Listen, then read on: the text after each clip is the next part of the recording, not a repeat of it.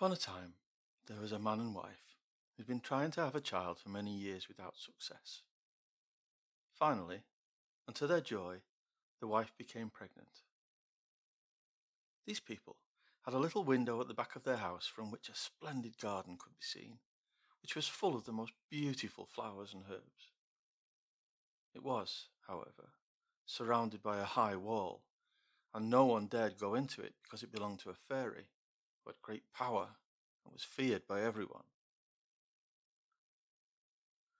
One day, the woman was standing by this window and looking down into the garden when she saw a bed which was planted with the most beautiful lettuce, which people at the time called Rapunzel, and it looked so fresh and green that she longed for it.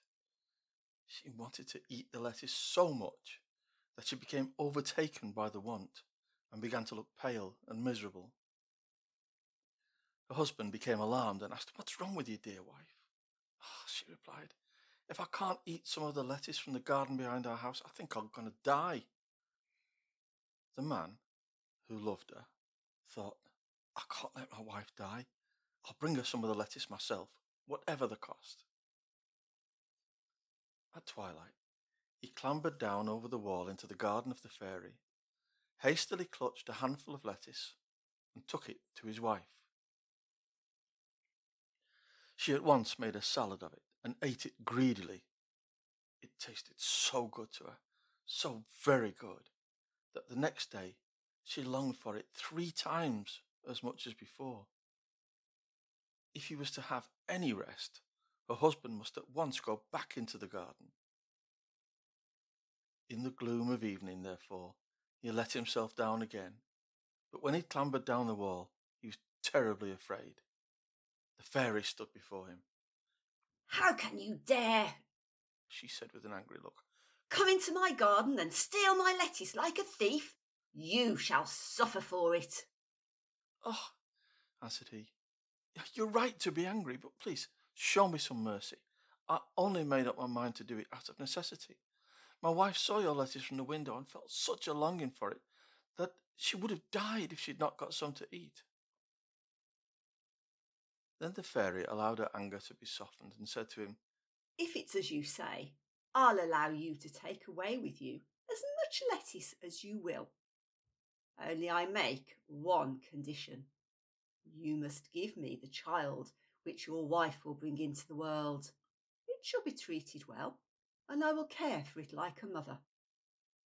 The man, in his terror, consented to everything, and when the woman had the baby, the fairy appeared at once, gave the child the name of Rapunzel, and took it away with her.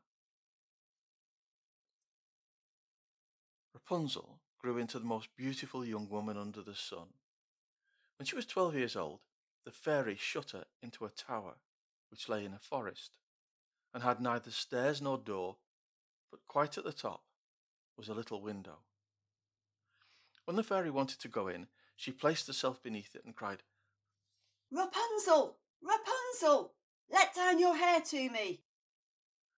Rapunzel had magnificent long hair, fine as spun gold, and when she heard the voice of the fairy, she unfastened her braided tresses, wound them round one of the hooks of the window above, and then the hair fell 20 meters down, and the fairy climbed up by it. 5 or 6 years later, it came to pass that the king's son rode through the forest and passed by the tower.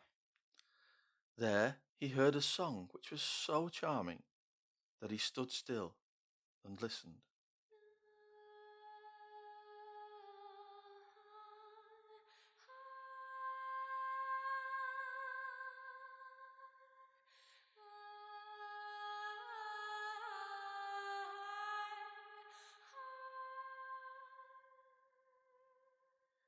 This was Rapunzel, who, in her solitude, passed her time in singing, and her voice carried through the whole forest.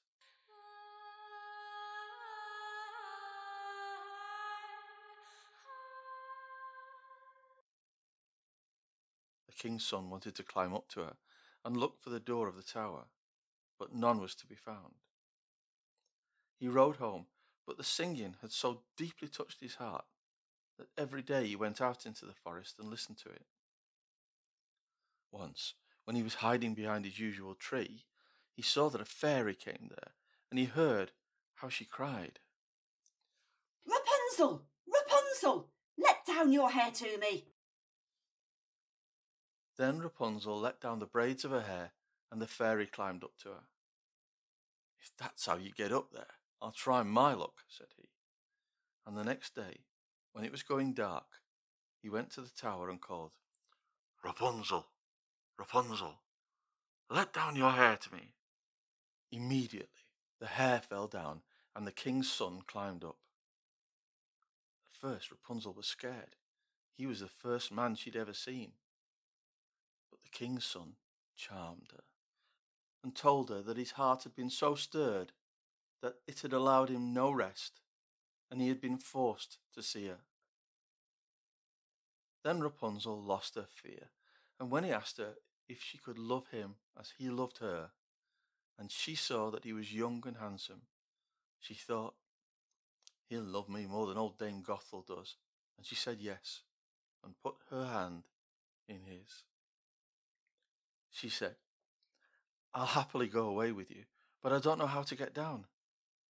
Bring with you a length of silk every time you come, and I'll weave a ladder with it, and when that is ready, I'll climb down, and you can take me away on your horse."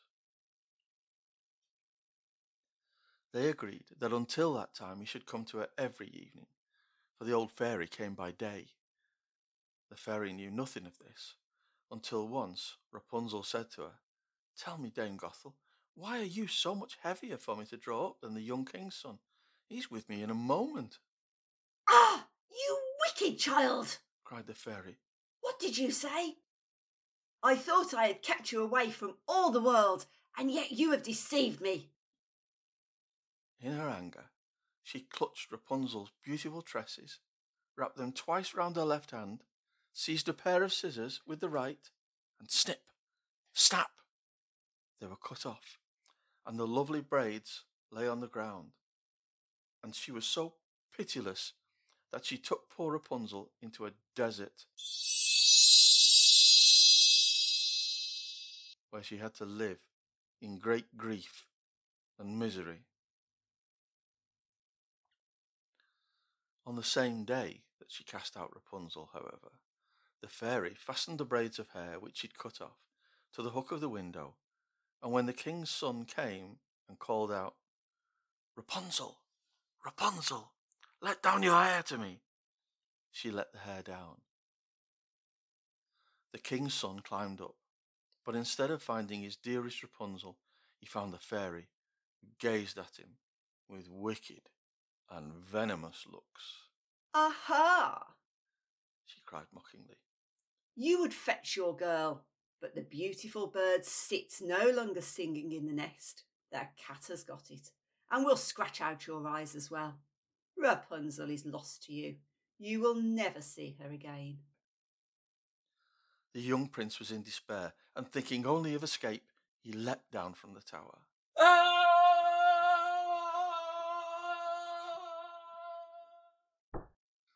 The old fairy, her fury still high, intent on leaving the tower, grabbed the severed braids, but they came free from the hook in the wall, and, to her horror, she dropped the hair, which fell to the ground far below.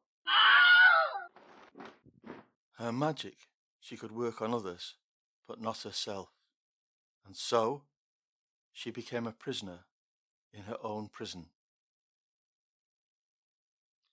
After his fall, the king's son was beside himself with pain.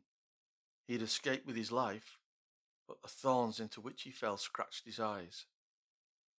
Then he wandered, quite blind, about the forest, ate nothing but roots and berries, and lamented and wept over the loss of his love.